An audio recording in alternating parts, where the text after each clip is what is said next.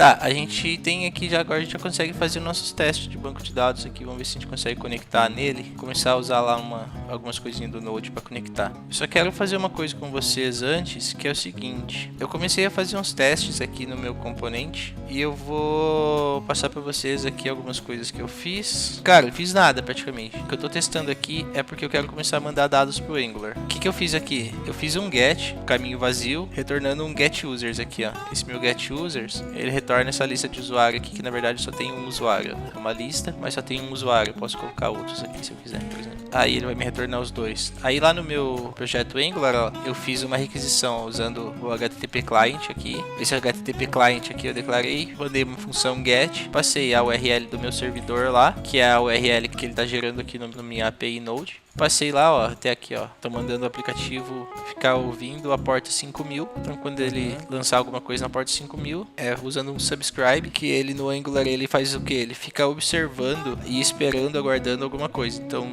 ele se inscreveu naquela requisição e tá esperando que alguém retorne alguma coisa. Se retornar um dado, ele cai no next. Se ele retornar um erro, ele cai no error, tá? Então, basicamente aqui ele tá dando console log para tudo. Então, se eu rodar lá meu projeto, vamos ver se ele vai funcionar, porque espero que funcione. Né? Então lá o meu localhost 4200 lá, olha aqui, ó, aqui tá a requisição que ele fez, ó, ele fez uma requisição pro localhost 5000, que é a minha API. Aqui ele mostra os dados da requisição, ó, do network aqui, tá vendo? Ele fala algumas outras coisas aqui referente àquela requisição. Aqui ele tem uma resposta, ó, ele me retornou aquele valor lá que a gente tinha criado, e ele tem um preview aqui que ele mostra como se fosse um JSON já, ó, que eu posso visualizar, tá vendo? Então, ó, eu vou só rodar aqui de novo, porque eu atualizei a lista, e vou chamar aqui de novo, só para vocês verem a requisição agora. Ó, ele retornou os dois, tá vendo? Os dois usuários. Aqui, ó, eu até imprimi ele no console, consegue ver ele aqui embaixo. Então aí eu começo a fazer requisições, ó, de um lado para o outro. Lá na minha aplicação, que esse aqui é o meu projeto esse aqui é meu projeto Angular. O que eu vou fazer aqui? Só para vocês visualizarem. Você lembra que a gente tem o nosso login? Então, pensa aqui, ó, que quando o usuário fizer executar esse comando de login aqui, ó, a gente vai pegar e vai lá na nossa API e valida se o usuário existe. Aqui, ó, a gente tá mandando setar o usuário, né? Então aqui o que ele vai fazer, ó?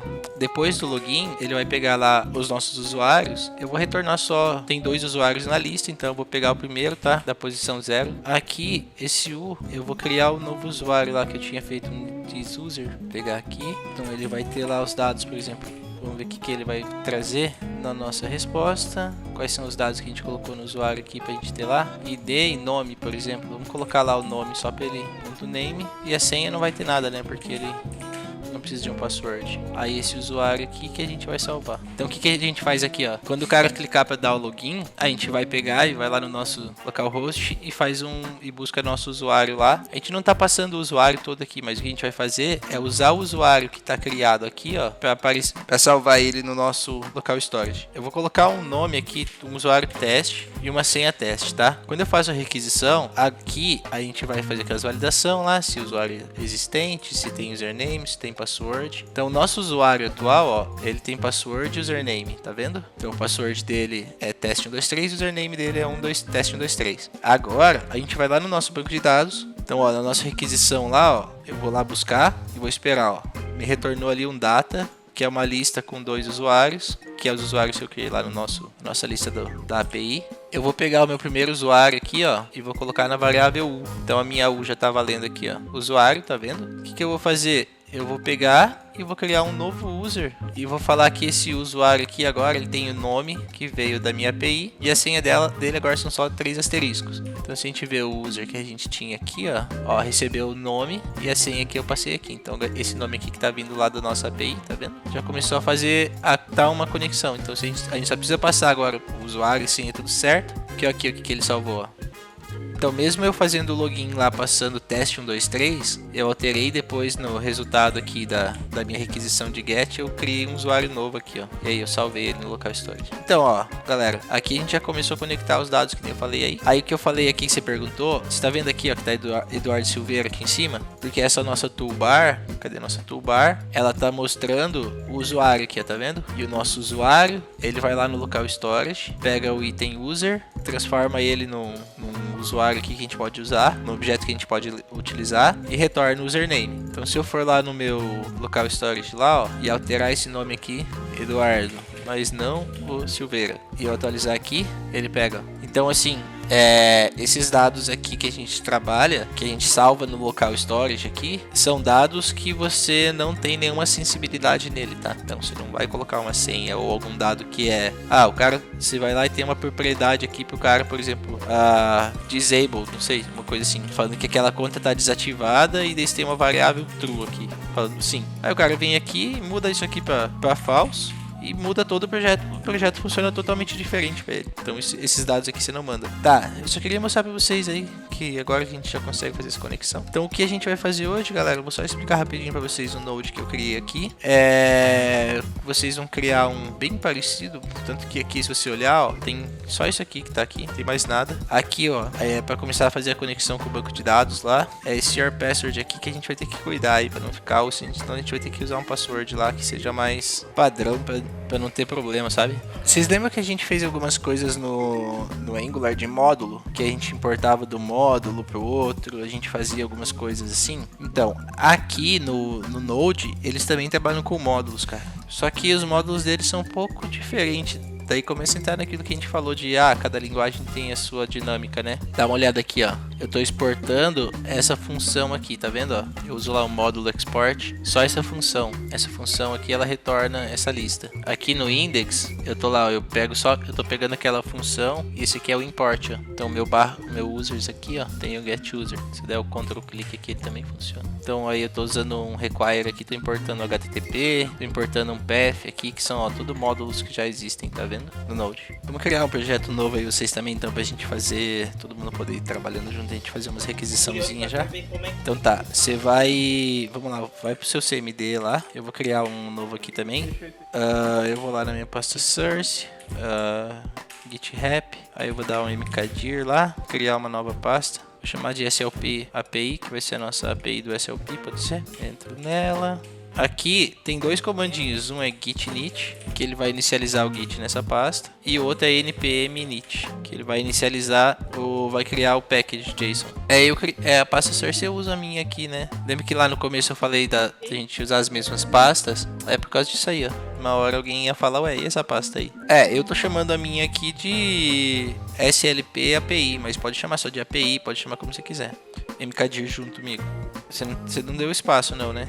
Nunca crie nome de pasta, nome de arquivo com um espaço no nome. Entra na pasta, dá um git init, um npm init, git init e depois npm init. Ele inicializa, aí ele vai falar que vai inicializar o git nessa pasta, vai inicializar o Node também. É que daí quando você abrir aqui, ó, code, ponto, ele vai estar lá, ó, o package JSON, e aqui vai estar, ó, a gente pode alterar, entendeu? É isso aqui que a gente criou. Fechou? Aqui vocês já vão criar um arquivo lá, ó, index.js, que é o arquivo que a gente falou lá que ia inicializar aqui, ó, nosso main. A gente vai usar o Express aqui, então já vamos instalar ele. Aí vocês vão instalar o Express, ó, npm install Express. Você tá na pasta do seu projeto? Quando a gente vai usar isso aqui, ó, por exemplo aqui, ó, você tá vendo que eu tenho um package. O Windows, por exemplo, ele não vai deixar você alterar o arquivo que outro lugar tá utilizando. Então quando você vai fazer esses comandos aqui, tenta deixar as coisas fechadas, ou se não, você tem que colocar o menos save aqui no final, que daí ele força, tá? Agora a gente pode tentar pegar o Express lá. Então, ó, você vai criar uma constante, variável e constante. Tem a diferença, o nome já diz, né? Uma variável, ela pode alterar de valor, uma constante ela não vai alterar, ela vai ser aquele valor constantemente. Aqui agora a gente vai criar uma outra constante chamada app, que vai receber o Express. O que ele tá fazendo aqui, galera? Uma coisa que eu tava tentando entender agora, meio que consegui entender um pouco. Esse require aqui, ele tá pegando o módulo Express que a gente acabou de importar lá, ó, instalar, e colocando nessa constante aqui. Então a partir de agora a gente tem essa função aqui, ó, Express, tá vendo? Então a gente vai falar que o nosso app, ele vale o valor do Express aqui, ó. Então o Node ele faz isso aqui para buscar e utilizar outros módulos. enquanto lá no Angular, vou fazer um comparativo aqui para vocês. No nosso Angular, quando a gente queria ter algum componente, alguma coisa, a gente tinha que gerar esse módulo aqui, ó, tá vendo? Ó? Então a gente tem, ó, o nosso ng módulo, que é onde recebe nossos componentes, tudo, ó. Daí pra gente utilizar esses componentes, pra gente utilizar tudo isso, a gente tem que importar, ó. Então aqui, se a gente ver, a gente tá importando aquele componentes módulo aqui, ó. Então é mais ou menos isso aí, você tem que exportar de um lado para poder importar do outro. O Express a gente instalou do nosso Node lá, ó. Tá no nosso Node módulos lá, ó. Se você olhar aqui, você vai estar com um monte de coisa já de padrão. O Express deve estar aqui, ó. Aí se você olhar, ó, isso é uma coisa legal também de fazer. Criar essas libraries aqui é bem divertido. Você cria uma library que a galera vai utilizar igual a gente tá utilizando o Express aqui. Se você ver, tá aqui, ó. Aqui, ó. Get Started, ele vai mostrar para nós aqui como instalar, só Next Hello World, aqui já começa a mostrar como utilizar, aquilo lá que eu falei, ó, Require Express, ele tá mandando uma porta, a gente pode até copiar o código aqui, ó, então, se vocês quiserem ir lá e copiar esse código aqui, a gente cola ele lá no nosso projetinho, então lá no nosso index, ó, só colar, copia e cola, salva. Aqui a gente está falando aqui na porta 3000, a gente quer que ele esteja escutando lá, essa porta que está declarada aqui, e ele vai retornar lá, ó, um Hello World. Então se você rodar aqui node index.js, então se você olhar lá, ó, na porta 3000 do seu localhost, abre lá para você ver o que ele vai te retornar. Vai lá no navegador, localhost, na porta 3000, olha lá, ó. Ó, galera, tem uma coisa da programação aí que todo mundo faz, que é o tal do Hello World. A gente não fez, a gente fugiu do Hello World até aqui. Então aqui a gente conheceu o Hello World. Hello World é a primeira coisa que todo programador faz. Então, tipo assim, você quer testar um negócio, você quer saber se funcionou, você vai lá e manda um Hello World. Que daí, quando aparecer na tela lá o Hello World, é porque ele funcionou. O mais divertido que a gente tinha que fazer hoje é a nossa primeira requisição. A gente já fez. O que a gente vai fazer agora? Vamos começar a criar algumas coisinhas um pouco diferentes aqui, galera. Então, vamos começar a botar um conteúdo na mesma coisa que a gente já está utilizando. Vamos partir bem de cara assim já, pra gente fazer um módulo diferente aqui, pra gente começar a utilizar daquele modelo que eu falei. E vamos adicionar essa requisição igual eu fiz ali para retornar um usuário, que depois a gente vai fazer um esquema de login, tá? Então primeiro a gente vai fazer um teste de requisição aqui pra gente conectar essa requisição lá no nosso SLP. Então todo mundo tá com o Node aí rodando e todo mundo também tá com o projeto Angular rodando, né? Vocês querem que eu mando a minha versão do Angular pra gente utilizar todo mundo junto? Eu acho que já tá a última versão lá. Pega lá vocês dois aí, abre o projeto de Angular e faz um git pull e pega da main pra gente ver. Eu vou abrir o meu aqui também na main, vamos ver como que ele tá. Rodou, galera, o projeto de vocês? Deu. Tá.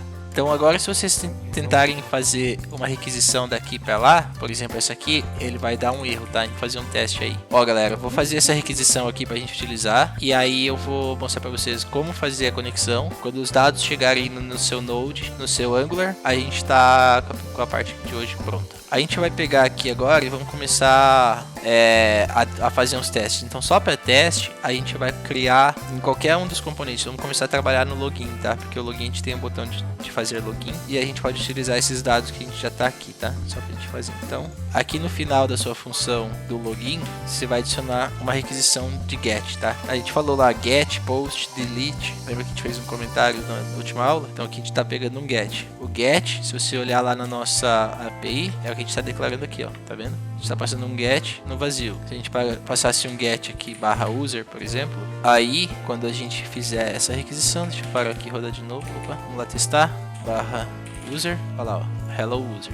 Então aí que a gente vai começar a definir o que a gente vai fazer de acordo com a requisição que a gente vai mandar lá com aquela URL. Então a URL que a gente criar lá, aqui no nosso componente de login aqui, ó, por exemplo, aqui vai editar o que a gente vai requisitar do nosso API. Então tu pode fazer uma requisição aqui normal, você pode mandar um /user, aí a gente pode passar dados aqui, por exemplo, e começar a adicionar mais dados que a gente vai mandar depois para a API para ela validar e mandar de volta. Então ó, galera, vamos lá pro projeto de Angular. Vamos usar ele para a gente poder pegar esses dados e exibir lá. Então lá no seu projeto Angular, você vai fazer basicamente quando ele clicar no botão de login, a gente vai lá no nosso API e vai retornar. Agora a gente está retornando um Hello World aqui, né? A gente pode mudar isso aqui para usuário logado, que daí a gente tem um texto para a gente exibir, beleza? Ó, se você olhar aqui, ó, tem dois parâmetros, tá? Que é a request, que é a requisição que vai vir de lá, e a response, que é a resposta que a gente está mandando. Por isso que a gente está colocando response, que é res.send. Send é enviar em inglês. Então, enviando na resposta usuário logado, beleza? Para a gente poder utilizar esse HTTP aqui, ó, que a gente vai começar a utilizar ele para fazer a request, porque ele é um módulo que já tem lá o get, ele tem o get, o post, tudo aqueles que a gente já falou. Então, para a gente poder utilizar ele, a gente tem que declarar ele no nosso construtor, tá? Declara ele aqui no construtor, a gente já tá usando o router, a gente só declara o HTTP como HTTP client.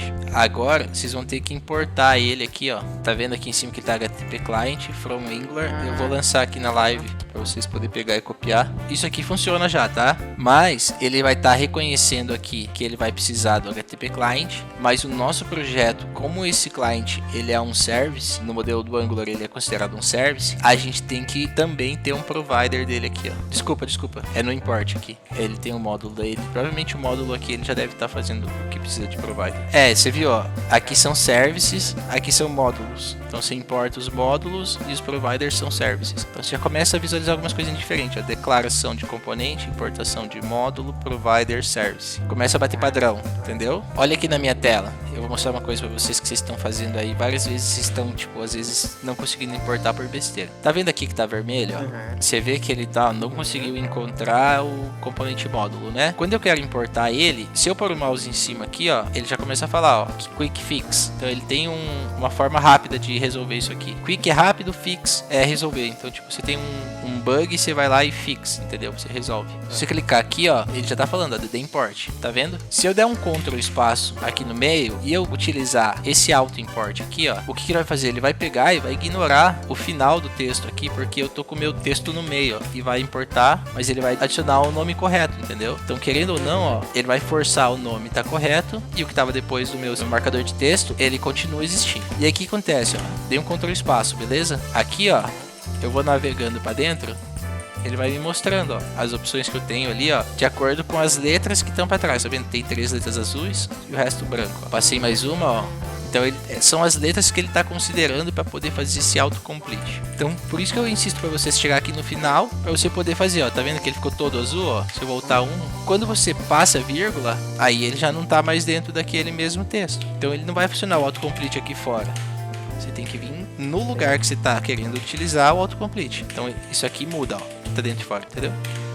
Ctrl espaço, aí ele pegar certinho. Colocaram lá o HTTP de vocês, beleza. Agora vai lá na sua função do login e a gente vai adicionar lá um get, tá? A gente pega lá o HTTP, então this.http.get e a gente passa a URL que a gente tá lá, ó. 2 pontos, / localhost 3000, que é a URL do nosso servidor, certo? Então isso aqui, ó, ele já vai fazer o get. Se a gente rodar esse projeto nesse modelo, e sempre lembre, o seu servidor tem que estar rodando lá da sua API, tá? Se ele não estiver rodando, ele vai retornar um erro. Ele está rodando na porta 3000, então eu vou fazer uma requisição lá, um get só pra gente testar. Vamos lá na nossa API, atualizar isso aqui.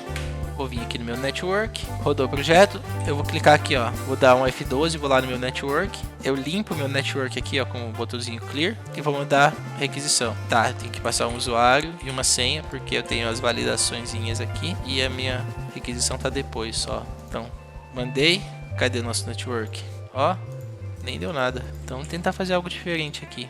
Vamos começar a se inscrever aqui. Então, quando você se inscreve, você dá um subscribe, você adiciona um observable, que a gente chama. Ele vai receber header, URL, um context, várias coisas. Ele me retorna um observable de object, tá? Aqui, se eu não me engano, ele tem uns parâmetros padrões que a gente pode utilizar. A gente vai chamar de next, o que vai vir de próximo, tá? Então aqui a gente vai colocar lá, ó, next, data, console log data. E aí a gente vai colocar error, uma coisa que a gente chama de arrow function, que é a função feita com flechinhas, é isso aqui, ó, tá vendo? A gente vai usar bastante aqui e bastante lá no Node, tá? Então isso aqui é como se fosse um data. Então, ó, isso aqui e isso aqui é a mesma coisa, tá? É só a forma de declarar que é um pouco diferente. Mas a gente utiliza assim para ficar mais rápido, mais prático. E depois que você acostuma, você vai acabar usando quase que só os arrows. Então, ó, vamos testar. O que ele vai falar pra gente agora. Opa!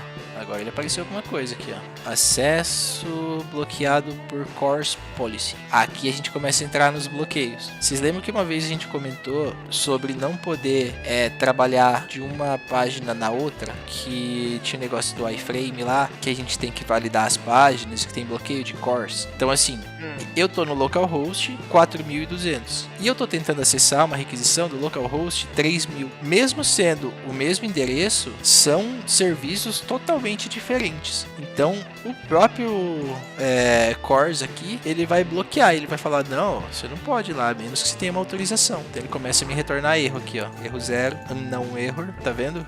Ó, faz uma coisa aí vocês, peguem um pedacinho do código que você quer inspecionar, por exemplo aqui, ó, e copie. Vai lá no seu navegador, abre o inspecionar, dá um Ctrl Shift F para ele aparecer esse search aqui embaixo, cola o seu texto e dá um Enter. Ele vai te mostrar embaixo ali, ó, aonde que aquilo lá tá no código. Ctrl Shift F tem que usar. Ele vai mostrar aqui embaixo, ó. Se você apertar só Ctrl F, ele vai fazer uma busca no lugar que você tá. Tem que ser Ctrl Shift F, tá? Aí ele vai mostrar embaixo lá. O que eu tô fazendo aqui é mostrando para vocês como encontrar o seu código dentro do browser enquanto ele tá rodando. Ele vai te mostrar todas as referências do seu projeto que tem essa parte do código. O que eu quero que vocês verifiquem aqui, ó, no seu login, você vai vir aqui, ó, e ele vai mostrar o código que você tem lá, tá? Igualzinho. Então se você vir aqui na linha e clicar, ele vai marcar, ó, a linha. Isso aqui é adicionar um breakpoint. É um ponto de parada do seu código. Então quando ele for executar essa parte do código, em vez dele só executar, ele vai parar, vai vir aqui e vai te chamar, tá? Então aqui, ó, ele mostra um play aqui na página e ele mostra um playzinho aqui, ó. Se você pôr o mouse em cima, ele vai falar até o atalho, ó, F8, F10, tá vendo, ó? F11, Step Over Next Function Call. Então ele vai pular até a próxima chamada da função que tiver marcada com breakpoint. Ou aqui, Step Into Next Function Call. Ele vai pular para dentro da próxima chamada da função. Então aqui ele tem várias formas de você validar e utilizar aqui. Então se você apertar, ó, eu vou colocar mais 2 breakpoints aqui, ó, data e um no erro, e vou dar play, tá? O que eu quero que vocês vejam aqui? Aqui nesse momento, se você olhar aqui na direita, ó, ele tá marcando quais os breakpoints que eu criei. Então, ó, linha 38 no components. E aqui embaixo, ó, ele tem um scope. Aqui nesse scope, ele consegue me mostrar tudo que eu tenho nesse momento declarado e que tá os valores na minha página. Então, ó, se eu vim aqui, ó, eu tenho lá, ó, um user que não tem usuário e não tem senha. Eu tenho lá um router, que é o router que foi criado aqui, ó, no meu construtor, no meu HTTP, tudo que eu tenho aqui, ó, todas essas variáveis, essas propriedades, eu consigo visualizar por esse local aqui, ó, tá vendo? Então eu consigo ver o que tá acontecendo naquele momento que o código tá passando por aquela parte. Então, por isso que eu quis que vocês colocassem esse breakpoint, vocês ver como que funciona mais ou menos um breakpoint simples aqui no Chrome, tá? Beleza, então ó, eu cliquei no botão login, ele vai fazer essa requisição aqui, vai dar um get lá no meu localhost 3000. Se ele der certo, ele vai imprimir o valor. Se ele der errado, ele vai imprimir o erro. E se ele tiver completo, ele vai imprimir complete. Então vou dar um play aqui, ó, e você vai ver que ele vai cair direto no seu erro aqui, ó. E de novo, se você vir no seu scope lateral, ele vai estar aqui o erro, ó. A variável erro tá aqui, ó. Você pode abrir ela e validar, ó, o que tem lá dentro. Tem várias coisas que formam um erro. Esse erro aqui, ó, ele é um Progress Event, ele é um HTTP Error Response, tá vendo? Ele é uma instância de uma classe chamada HTTP Error Response, que dentro tem um error, que é um Progress Event, tem HTTP Headers. Então ele tem vários valores lá dentro, tá vendo? E aqui a gente só vai imprimir o erro. Beleza, ele vai dar o erro lá pra gente no console lá, falando qual que é o erro que aconteceu. Funcionou pra mim. Deve ter funcionado para vocês aí também, né? Todo mundo tá com erro? Então, ó, estamos com um erro de course. Vamos só resolver esse erro de course, então. O que a gente tem que fazer? Tem que ir lá na nossa API. E agora a gente vai falar para nossa API que a gente vai liberar o course para todo mundo. Então a gente não tem esse negócio de bloqueio. Quem quiser mandar requisição para mandar, quem não quiser não precisa. Então vamos liberar a API, na nossa API lá, tá? Para isso, a gente vai usar um módulo chamado course. Então a gente vai ter que npm install course. Se você for ver lá no seu erro, aquele que estava recebendo lá no web, tá falando lá, ó, course, bloqueado pela política de course. Aí pra gente liberar esse acesso agora a gente vai ter que ir lá, ó, vamos pegar uma constante, eu vou chamar ela de course, vamos fazer aquele require, pra gente pegar lá aquele módulo chamado course. Beleza? Agora a gente vai pegar o nosso app, que é o nosso Express, né? E vamos falar para ele usar course e vamos passar um asterisco. Isso aqui quer dizer que a gente vai aceitar todos os cores, tá? Tá com todos os acessos liberados para essa aplicação. Aqui a gente pode utilizar daí para cada dependência, depois a gente vai colocar um core específico e tal, mas como a gente está local, a gente libera tudo. Eu acho que isso deve resolver. É só eu vamos ver se vai resolver. Vamos lá na nossa aplicação agora, vamos atualizar ela. SLP, eu vou colocar aquele breakpoint lá de novo, só que agora eu vou deixar aqui dentro só para ver se ele vai cair no next ou no error, tá? Mandei o login, caiu no error. Por quê? Ele retornou um status ok, ele deu um erro de parse aqui, mas ele passou, ó, usuário logado. Ele mandou um erro chamado usuário logado. Mas ele fez a comunicação correta. Por que ele fez isso? Vamos lá. Vamos fazer uma coisa aqui que é o seguinte. A gente está tentando mandar uma string, certo? Só que uma string não é bem aquilo que a gente trabalha nas requisições. Então, como a gente falou da outra vez, a gente utiliza JSON para tudo. Então, vamos tentar transformar isso aqui num JSON. Vou mandar tá, já sei. Na linha 8. Aqui é porque eu tô mandando um JSON, só que eu acho que a gente devia ter só falado aqui, ó. Já que a gente tá mandando um JSON, tem que ser um JSON, tá vendo? Vamos ver se isso aqui vai funcionar agora. Tem que parar, né? Tem que fazer essa validação depois. Tem uma forma de a gente fazer aqui, que ela vai ficar atualizando, tá? Depois a gente vai visualizar isso também. Vou lá no meu login. Funcionou agora. Só era o resultado lá que eu tava mandando errado, ó. Cliquei no login, agora ele caiu no data, ó. O que tem no data? Um result chamado usuário logado, que é o que eu mandei lá. Eu criei agora um JSON, ó. Pode ver que eu coloquei entre chaves. Chave, valor, chave, valor, chave, valor, chave. Result, valor, usuário logado. Aqui, se a gente quisesse criar lá, ó, um usuário inteiro, a gente poderia fazer aqui, por exemplo. Aí a gente pode entrar aqui, ó, falar que a gente tem um user. Ó, se põe o mouse em cima, ele até fala, ó, id string, nome string, username string, tá vendo? Então a gente tem um usuário aqui já, ó, passa chave, valor, aqui a gente pode retornar esse mesmo usuário se a gente quiser. Porque aqui ele já é um JSON, ó, ele já é considerado um JSON porque ele tá com o formato certo. Então se eu retornar aqui, já deve me dar certinho aqui também. No meu retorno, olha lá, ó, recebi o data, ó, meu retorno, id, nome, foto, que é aquele usuário que eu fiz lá. Então aqui a gente já está conseguindo fazer uma requisição, já está recebendo na nossa aplicação e a gente pode começar a tratar os dados como a gente quiser. Vocês entenderam o que eu quero dizer com chave e valor? Vocês entenderam? Não? Então vou colocar aqui, ó. JSON, que vocês vão ver muito, vocês vão ouvir várias vezes, é key value, key, chave, value, valor, que é basicamente quando a gente está criando lá um usuário, né? A gente tem lá name e o nome dele é Eduardo. Beleza? Então, nesse caso ali, o name, a minha chave, né? Meu key é o name e o value é o Eduardo Silveira. Então, quando eu falo chave valor, eu quero dizer que você tem que declarar ele assim, ó. Você vai chamar pela chave para pegar o valor, entendeu? Eu tenho lá, ó, um usuário que tem várias chaves lá, nome, sobrenome, endereço, sei lá. E cada chave dessa tem seu valor, entendeu? Um valor, uma chave. Por que isso? Porque quando você for chamar lá o user que você criou, você vai colocar user.name. E aí cada usuário tem o seu próprio valor. A chave vai ser sempre a mesma.